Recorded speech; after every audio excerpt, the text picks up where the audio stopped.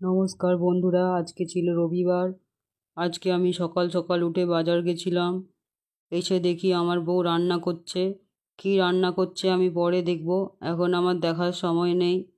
তারপর আমার বউ আমাকে বলল কি একটা আনতে বলতে ভুলে গেছে। তারপরে আমাকে বলল আবার তুমি বাজারে যাও।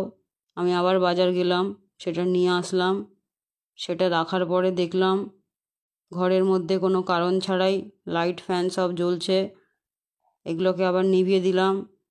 তারপর বসলাম আমি টিভি দেখতে। টিভি দেখতে দেখতে আমার চোখটা বুজে গেল, একদম ঘুমে ভেঙে পড়লো চোখটা। ঘুম থেকে উঠে চশমা না পাওয়ায় চিল্লাতে শুরু করলাম। চিল্লাতে চিল্লাতে মনে পড়লো মাথাতেই তো চশমা আছে। তারপর আবার কি, আমার তো দোষ কখনো হয় না। আমি খেতে চলে গেলাম। খেতে খেতে ঘুমে ঢুলে পড়লাম, কারণ আমার খুব ঘুম পায়। চোখ বন্ধ করেই আমি খাচ্ছিলাম।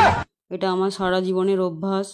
তারপরে আমি আবার চলে এলাম ফোন দেখতে দেখতে ঘরের মধ্যে। আবার ফোনে সেই খবর দেখা শুরু করলাম, যে খবরটা অন্ততপক্ষে টিভিতে আমার 24 বার দেখা হয়ে গেছে। তাও আমি দেখতে দেখতে আবার ঘুমিয়ে পড়ি। 10 মিনিটের মধ্যে আবার নাক ডাকতে শুরু করলাম।